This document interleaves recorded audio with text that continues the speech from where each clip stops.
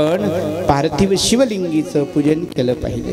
शिवपिंड पार्थिव ज्याला पार्थेश्वर म्हणतात, मातीचं एक शिवलिंग तयार करायचं। ज्या सद्भक्तांचा नियम असेल रोज पार्थिव शिवलिंग बनवायचं, 12 महिन्याकरता ज्यांनी नियम घेतला असेल, वर्णन असं आहे बाबा भोलेनाथ समक्ष त्यांच्या घरात प्रवेश करतात जो रोज पार्थिव शिवलिंग पूजन करतो महाराज। बाबा सदोदित त्यांच्यावर प्रसन्न असतात। बाबा भोलेनाथ आदि व्याधी आहे, घरामध्ये सुख पाहिजे, शांती पाहिजे, समाधान पाहिजे, घरामध्ये चंचन भनभन आहे, त्या अशा व्यक्तींनी वर्णन केलेलं आहे की एका दिवसामध्ये 300 शिवलिंग बनवावेत।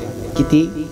300 शिवलिंग बनवावेत, त्याचं पूजन करावं आणि पूजन केल्यानंतर विसर्जन करावं। हे 7 दिवस तुमच्यासाठी खूप महत्त्वाचे होते, म्हणून मी पहिले 5 दिवस काही बोललो नाही, मला 2 दिवसातच बोलायचं होतं शेवटी।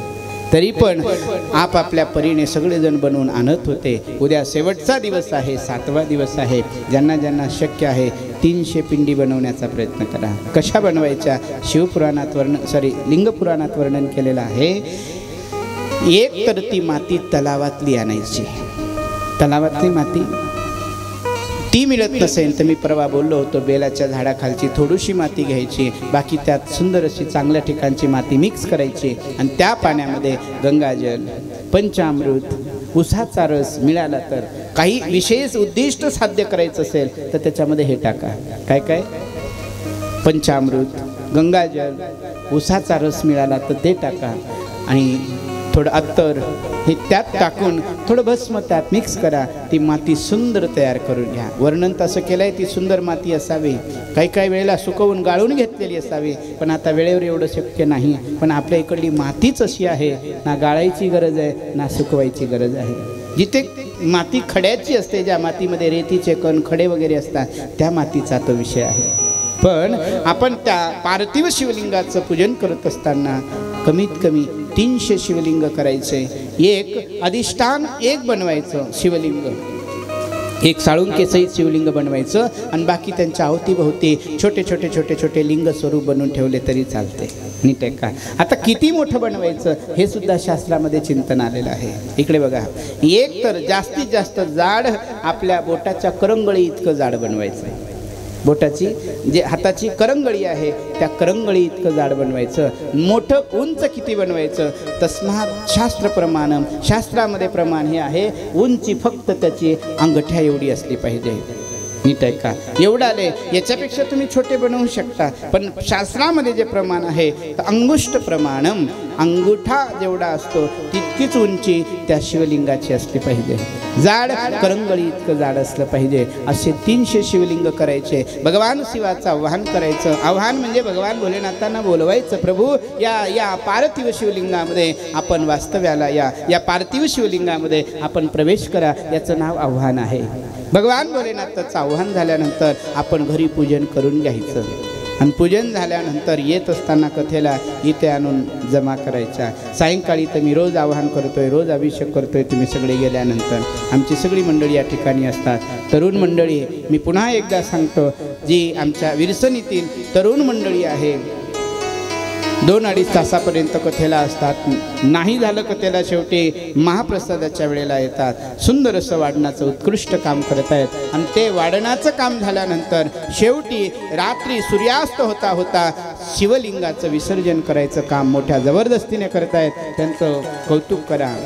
मी म्हणत होतो एवढं सगळं नियोजन केलंय, इतकं मोठं नियोजन केलंय, यज्ञाचं नियोजन आहे, कथेचं नियोजन आहे, नियोजन गावाचंच आहे, पण गावाचं नियोजन असूनही जरा गावाच्या बाहेर आहे।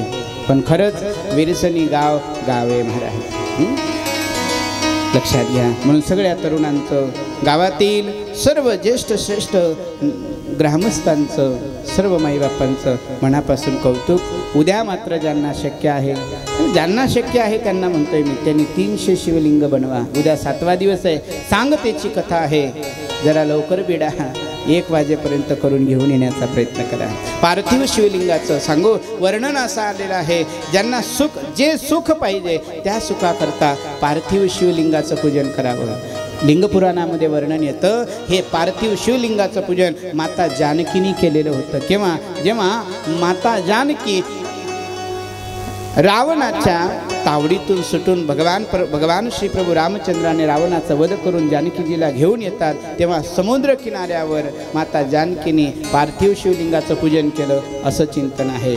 त्याच पार्थिव शिवलिंगाचं पूजन भागवत शिव महापुराणामध्ये वर्णन आहे. बाणासुरांची कथा आहे. त्या बाणासुरांनी करोड 1.25 करोड शिवलिंग पार्थिव शिवलिंग निर्माण करावेत आणि नर्मदेमध्ये शिरवून द्यावे, विसर्जन करावे. भगवान भोलेनाथ प्रसन्न झाले आणि बाणासुरांना विचारतात, बाणासुर मी तुझ्यावर प्रसन्न आहे, काय पाहिजे? काही नाही प्रभू, हे जे मी पार्थिव शिवलिंग बनवून नर्मदेमध्ये विसर्जन केलेत ना, हे सगळे पार्थिव शिवलिंग दगडाचे बनले पाहिजे. नीट आहे का? मग बाणासुराला आशीर्वचन देत असताना भगवान भोलेनाथ सांगतात, हे बाणासुर, हे तू जे पार्थिव शिवलिंग नर्मदेमध्ये विसर्जित केलेले आहेत ना, हे सगळेचे सगळे शिवलिंग पुढे चालून नर्मदेश्वर नावाने प्रसिद्ध होतील. म्हणून आजही नर्मदा नदीमध्ये आयते शिवलिंग प्राप्त होतात. शास्त्र सांगतं, नर्मदा का हरि एक कंकर शंकर होता है.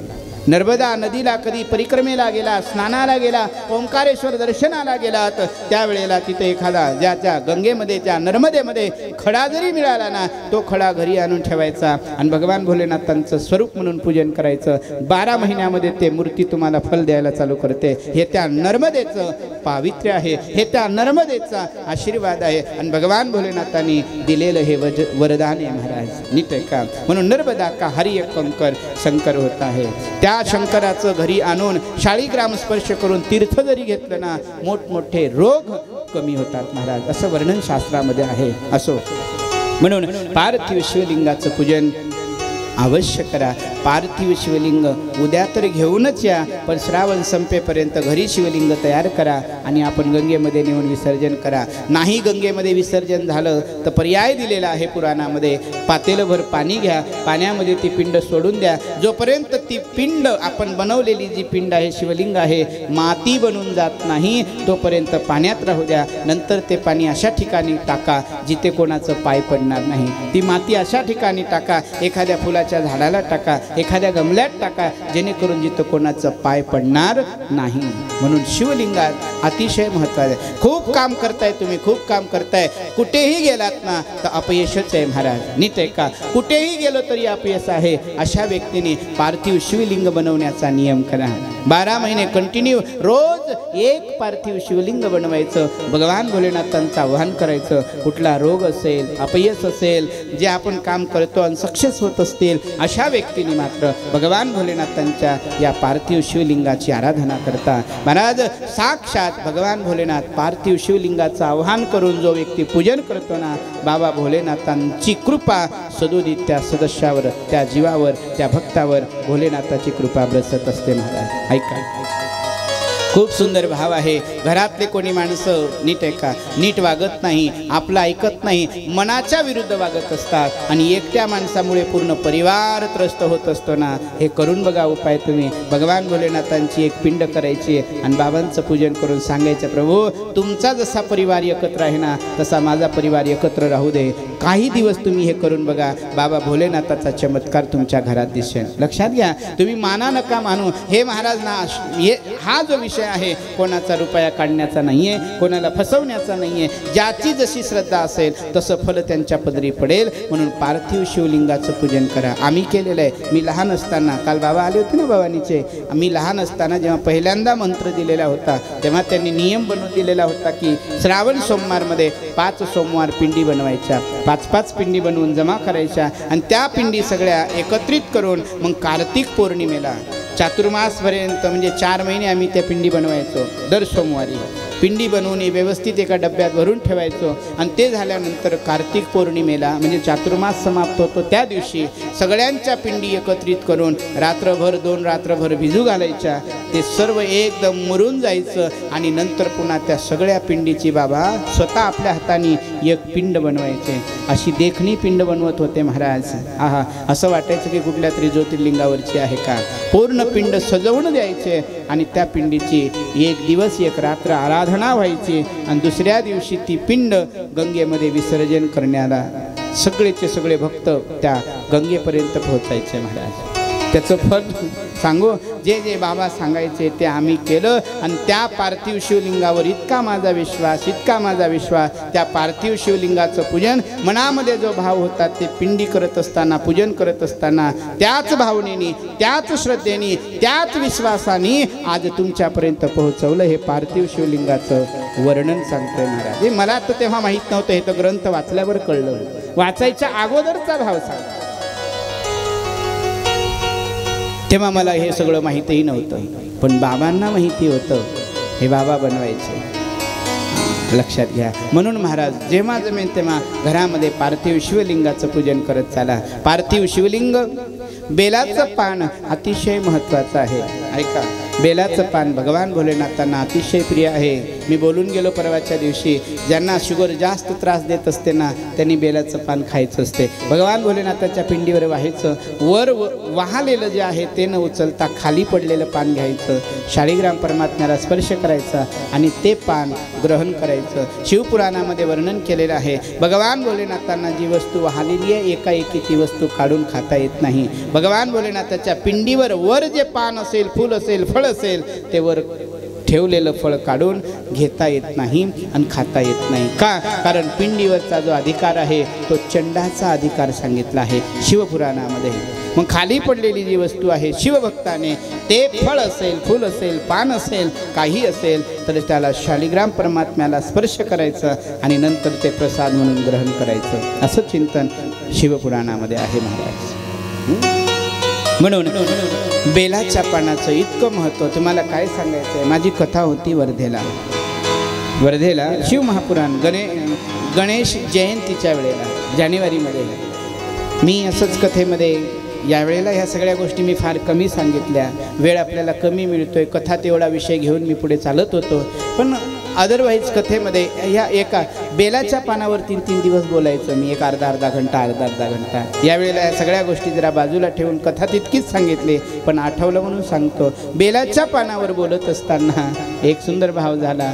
म्हटलं बेलाचं पान खा, अनेक बिमाऱ्या कमी होतील. तिथे एक मुलगा माझ्या सेवेत होता ज्याचं नाव आहे खोलेश्वर. त्याच्या बाजूला एक माताजी होती, तिला शुगर होती महाराज, BP होती. नीट आहे का? रोज सकाळी 2-4 गोळ्या घ्यायचे, संध्याकाळी 2-4 गोळ्या घ्यायचे. तिने कथेमध्ये ऐकलं, पिंडीवर हा पर्याय सुरू केला. 2-3 दिवस तिने तो पर्याय केला. तिसऱ्या दिवशी चेक करायला गेले आणि डॉक्टरांनी तिच्या BPच्या आणि शुगरच्या गोळ्या बंद करून दिल्या महाराज. तिसऱ्याच दिवशी. नंतर घिरणी म्हणजे मलकापूरजवळ कथा होते. कुठे? मलकापूरला सुद्धा काही जणींनी ते ऐकलं. तिथल्या सरपंचाची आजी का आई असेल किंवा आजी असेल, त्या सरपंचाची आजी आई तिने सुद्धा हे बेलाच्या पानाचा उपयोग केला. 3-4 दिवशी जाऊन चेकिंग करून आली तर डॉक्टरनी तिच्या सुद्धा गोळ्या, एक गोळी, अर्धी गोळी अशी गोळी तिची सुद्धा कमी करून दिली 3 दिवसामध्ये. श्रद्धेने करा, विश्वासाने करा, होऊ शकतं. कराच असं मला म्हणायचं नाही. तुमचा भाव असेल, विश्वास असेल तर करा. नाही विश्वास, नाही भाव, तर गोळ्या आहेत शासनाच्या, कशाला चिंता करता तुम्ही, नाही का? हां, म्हणून महाराज सुंदर असा भाव आहे. अजून सांगू, काल कथेमध्ये आले होते आपल्या सातारीचेच आहे विनायक बाबा माने. माझी कथा होती बुलढाण्याला शेंबा गावामध्ये. तिथे ते नांदोऱ्याला डोळ्याचं ऑपरेशन करण्याकरता आले. मी बोलतोय ते कळतंय ना? ऑपरेशन करण्याकरता आल्याच्या नंतर ज्या वेळेला ते ऑपरेशन करायचं तर पहिल्यांदा डॉक्टर चेक करतात, ब्लड चेक करतात. त्यामध्ये शुगर निघाला. सांगितलं तुम्हाला थांबावं लागेल, शुगर असल्यामुळे तुमचं ऑपरेशन एवढ्या लवकर करता येणार नाही, 5-7 दिवस तरी थांबावं लागेल. मला त्यांचा फोन आला, म्हणे बाबा मी नांदोऱ्याला आहे. म्हटलं मी तुमच्या जवळच आहे शेंब्याला, या मग कथेला. हो म्हणे इथे बसण्यापेक्षा मी येणारच. म्हटलं या. तर कथेला आले, कथा ऐकली. शिवमहापुराणावरचं बेलाचं पान दिलं. तिथं गुप्तेश्वर नावाचं शिवलिंग आहे, त्या शिवलिंगाला चढवलेले काही पान घेतले. म्हटलं हे पान तुम्ही खा. 2 दिवस कथेचे राहिले होते. ते 2 दिवस कथेला येत होते, सकाळ संध्याकाळ बेलाचे पान खात होते आणि 3ऱ्या दिवशी ऑपरेशन करून घरी आले. लक्षात घ्या, काल आले होते कथेला. ते भाव जर असेल तर सगळ्या गोष्टी होतात. किती सांगायचंय. चला, सुंदर असा प्रसंग आहे. भगवान भोलेनाथांची ही कथा आहे. ज्यांच्या मनामध्ये जसा भाव असेल तसा अनुभव त्यांना होत असतो. म्हणून मी नेहमी सांगत असतो, देवाकडे गेल्याच्या नंतर ह्या तर सगळ्या गोष्टी मागायच्या नसतात. एक लक्षात घ्या, देवाजवळ गेल्यानंतर शारीरिक व्याधी आहे, एक ऐका महत्त्वाचं टॉपिक ठेवतोय तुमच्यासमोर. शारीरिक व्याधी आहे, आजार आहे, रोग आहे, बिमारी आहे, ज्याला ज्याला आपण जे नाव देऊ, या सगळ्या गोष्टी देवाला कधीच सांगू नका. ऐका ना, राग नका येऊ देऊ, पण खरं सांगतो, ह्या सगळ्या गोष्टी देवाला सांगायच्या नसतात. पण माणूस नादान आहे, हे सांगल्याशिवाय लोक राहत नसतात. मंदिरात जातात तर ते त्याच्यासाठीच जातात की मला काहीतरी सुख मिळालं पाहिजे, माझा काहीतरी रोग गेला पाहिजे. मी सांगू का, देवाजवळ गेल्याच्या नंतर माझा रोग जाऊ दे म्हणून कधीच म्हणू नका. फक्त त्याची कृपा झाली तर रोग सहज निघून जाईल. पण मंदिरात गेल्यानंतर इतकं मात्र सांगा, प्रभू या जन्मामध्ये जे जे माझे भोग असतील ना, ते सगळे भोग या जन्मात भोगून घ्या आणि जन्मोजन्मीची या भोगातनं सुटका करा. बाकी काही नकोय प्रभू, कळलं का? भोगावंच लागतं. भोग देवाला चुकले नाही, भोग रामाला चुकलं नाही, भोग देवाच्या बापाला चुकलं नाही, आपल्याला काय चुकणार आहे महाराज? शरीराच्या आदिव्याधी ह्या शरीराला येणारच आहे. म्हणून शरीराला आदिव्याधी आली म्हणून काळजी करू नका. रामकृष्ण परमहंस माता काली सोबत बोलायचे, भद्र काली सोबत चर्चा व्हायची, मा काली सोबत वार्तालाप व्हायचा. आणि त्या रामकृष्ण परमहंसाला सरते शेवटी कॅन्सर झाला. पण रामकृष्ण परमहंसाच्या चरित्रामध्ये कुठेच असं वर्णन आलं नाही की रामकृष्ण परमहंसाने कालीला कधीच म्हटलं नाही, मैया माझा कॅन्सर बरा करून दे ना. ही सिद्ध महात्म्याची अवस्था आहे. अतृप्त लोक, अतृप्त जीव, त्यांना असं वाटतं की ही व्याधी आम्हाला नको. कदाचित प्रभूच्या कृपेने, हरीच्या कृपेने, भगवंत काय नाही करू शकत ते सगळं करू शकतं. त्यांच्या कृपेने कदाचित आदी व्याधी तुमची जाऊही शकेल. पण एक मी तुम्हाला विनम्रतापूर्वक सांगतोय, ही आदी व्याधी आता घालवणं म्हणजे लक्षात ठेवा, पुन्हा पुढच्या जन्मामध्ये पुन्हा या मायेमध्ये गुरफटायसाठी येणं आहे महाराज, कळलं का? म्हणून जे भोग आहे ते भोग भोगून समाधानाने, आनंदाने इथून निरोप घेता आला पाहिजे. आणि मी तुम्हाला सांगू, माझी ती हार्दिक इच्छा आहे, माझी मनातून इच्छा आहे, माझ्या कथेला असणारा माझा श्रोता मरत असताना दुःखाने नाही, तो आनंदाने देह ठेवून गेला पाहिजे, ही माझी इच्छा आहे. तुम्हाला ऐकायला हे बरं वाटत नसेल, महाराज फारच तुम्ही हाय लेवलच्या गोष्टी बोलतायत. नाही, मी जे बोलतोय ना, माझ्या लहरी बाबांच्या आशीर्वादाने, माझ्या गुरुमाऊलींच्या आशीर्वादाने, मी माझ्या प्रभूच्या आशीर्वादाने, श्री संत साधू महाराजांच्या स्फूर्तीने बोलतोय. लक्षात ठेवा, व्यासपीठावरून बोलतो ना मी एक एक शब्द, जेव्हा बाहेर शब्द येतो ना, ते शब्द बाहेर फेकण्याच्या अगोदर 3 वेळा विचार करतो, मग शब्द बाहेर फेकतो. हे पहिल्यांदा सांगतोय तुम्हाला, लक्षात घ्या. एकही शब्द मी हवेत सोडत नाही. म्हणून सांगतोय, माझी मनातून तळमळ आहे, मनातून तळमळ. आणि माणसांना सगळ्यात मोठं दुःख आहे ना महाराज, मरणाचंच दुःख आहे. नीट आहे का? बाकी कोणतंच दुःख नाही. मरत असतानाचं जे दुःख आहे ना, तुम्ही बघा, एखाद्या व्यक्तीला जात असताना पाहवल्या जात नाही महाराज, नाही पावल्या जात. जसं रडत जन्माला येतो ना, जसं रडत जन्माला येतो, तसं हसत या जगाचा निरोप घेता आला पाहिजे. अरे काय रडायचंय महाराज, आजही जाणं, उद्याही जाणं, कधी ना कधी जायचं. आया है सो जाएगा राजा रंक फकीर, एक सिंहासन चढ चला, एक बांधे जंजीर. जो आला आहे ना, तो जाणार आहे, आज न उद्या जाणार. फरक इतकाच आहे, कोणी 4 दिवस अगोदर जाईल तर कोणी 4 दिवस उशिरा जाईल. जाणं निश्चित आहे, पण हे जात असताना समाधान असावं, आनंद असावा. कुठे मिळेल तो आनंद? तो आनंद फक्त सद्गुरू देतात महाराज. हां, तो आनंद ज्याचं लोक याजसाठी केला होता टास, शेवटचा दिवस गोड व्हावा. महाराज, शेवटचा दिवस म्हणजे गोड पंगत नाही. शेवटचा दिवस केलेली गोड पंगत 13व्या दिवशीची पंगत नाही. महाराज सांगतात, शेवटचा दिवस म्हणजे इथून जगाचा निरोप घेतो ना, तो निरोप समाधानाने घेता आला पाहिजे, तो निरोप हसत हसत घेता आला पाहिजे. आणि मी व्यासमंचावरनं सांगतोय, इथं बसलेल्या प्रत्येक व्यक्तीला तो निरोप हसत घेता येतं. प्रत्येक व्यक्तीला आज मरणाचंच दुःख आहे, पण सद्गुरू सानिध्यात राहिल्यानंतर पहिल्यांदा आपल्या अंतकरणातून मरणाची भीती निवृत्त होते महाराज, कळलं का? हे सगळ्यात मोठी उपलब्धी आहे. परमार्थ करायचं कशासाठी? तर त्याच्यासाठीच करायचं आहे. हे देवदेव करणं कशासाठी चालू आहे? त्याच्यासाठीच चालू आहे. देवाचं स्मरण कशासाठी चालू आहे? शेवटचा क्षण साध्य करण्यासाठीच चालू आहे.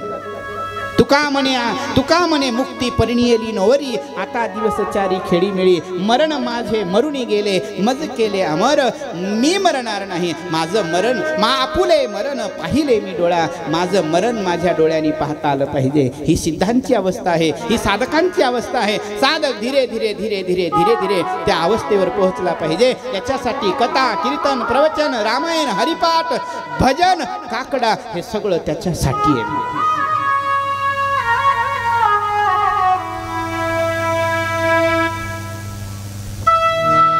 पण तुकोबाराय महाराज सांगतात, तुका म्हणे कैसे आंधळे हे जन, गेले विसरून खऱ्या देवा. आंधळ्याच्या पाठी लागले आंधळे. लोकांच्या मनात भ्रम आहे महाराज, लोकांच्या मनात भ्रम आहे की मी इथं गेलो म्हणजे भगवंताचा हास, मी इथे गेलो म्हणजे भगवंताचं हे स्वरूप, मी तिथे महाराज. तुका म्हणे शोधून पाहे, देव हृदया माझी आहे. इकडे बघा, मंदिरात गेल्यानंतर मन तृप्त होत असतं, मंदिरात गेल्यानंतर समाधानी मिळत असते. इकडे बघा, मंदिरात गेल्यानंतर आपला भाव जागृत होत असतो. पण हे जोपर्यंत तुम्ही जीवन जगता तोपर्यंत ठीक आहे. पण मला एक सांगायचं आहे, शेवटचा जो भाव सिद्ध करायचा असेल ना, तो गुरुकृपेशिवाय शक्य नाही. हां, गुरुकृपा ही केवलम, गुरुकृपा ही केवल, भगवत कृपा प्राप्त करायची असेल तर हेच अतिशय महत्त्वाचं आहे महाराज. नीट आहे का? जैसे